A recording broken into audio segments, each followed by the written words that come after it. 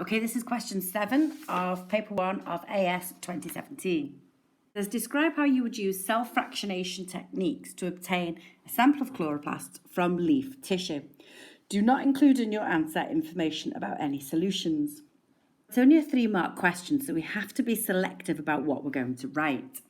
The questions asked us to describe, so we don't have to waste time explaining. Don't be lulled into writing lots just because they've left lots of space there. To make sure we're concise and we use A-level terminology to show that we've actually been to A-level class and we're not still stuck at GCSE. So we're going to say that we're going to homogenise the cells by blending the leaf or the leaf tissue in solution. We can mention solution. It asks for no information about solution, but we do need to put in there that it would be liquid-based. Then we centrifuge the homogenate, and we do this at increasing speeds. Remember, at slower speeds, heavier, denser materials will separate first, but chloroplasts are really quite small. So we'll need to keep doing those, pouring the supernatant off and fractionating that again.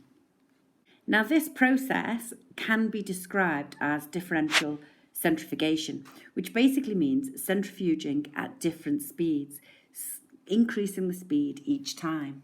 And according to the mark scheme, if you had written perform differential centrifugation until chloroplasts are obtained, that would get you marking point 2 and 3. Okay, the next part of the question is really quite straightforward. We know that they have a double outer membrane, that only chloroplasts would have starch grains, and that diffusion of oxygen into the organelle would take place in mitochondria, because in chloroplasts it would be diffusion of oxygen out of the organelle. The next question asks, give the function of a mitochondrion. Okay, well, we know it's the site of aerobic respiration, and you do have to say aerobic respiration because later on you find out that the mitochondria is not the site of anaerobic respiration because anaerobic respiration takes place in the cytoplasm. So you have to be clear when you're talking about aerobic respiration. However, that's a GCSE answer.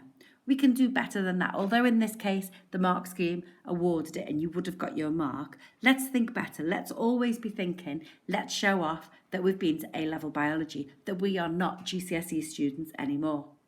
So why not say it's the place of ATP synthesis, or it's the place where ADP is phosphorylated to ATP. Okay, the next question has quite a lot of reading for a 2-mark question, but I can see straight away where the question is going because I can see standard deviation bars. Let's read through it anyway. Scientists investigated the effect of an exercise program on the number and size of mitochondria in skeletal muscle. They took samples of muscle from a large number of volunteers before and after exercise program. From each sample, they cut thin sections and used these to determine the mean number of mitochondria per micrometer squared and the mean area of inner mitochondrial membranes. And there's a graph for before and a graph for after.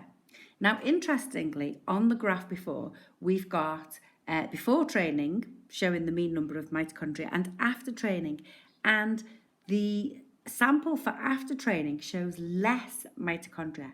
However, we do have to remember that it's just from the sample. It's actually a really, really, really small amount if you read the graph, and it's really not worth taking into consideration.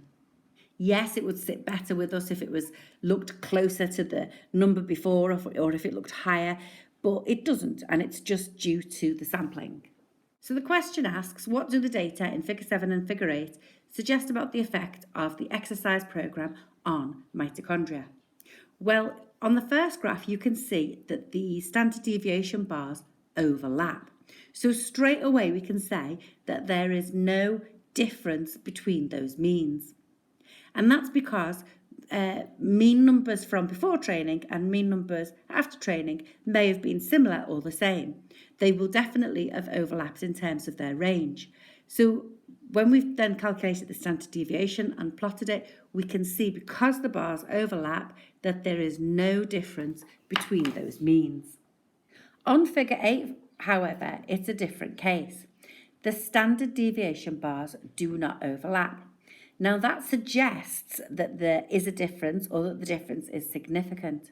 It only suggests it. It doesn't tell us that there is definitely a difference. To be able to find out if there is a difference or not, we would have to do further statistical tests.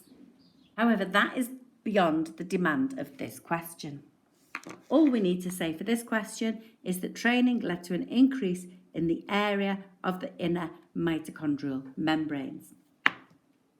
In this question, if there'd been any hint of an explain, we would have started talking about the standard deviation bars, but there wasn't. It's just wanted to know, what do the data suggest? So my top tip for this question is to remember that when the standard deviation bars overlap, there's no difference, and when they don't overlap, there could be a difference. The wording that you use for statistics questions is critical in terms of getting the marks or not. Be very careful in the words you choose to use.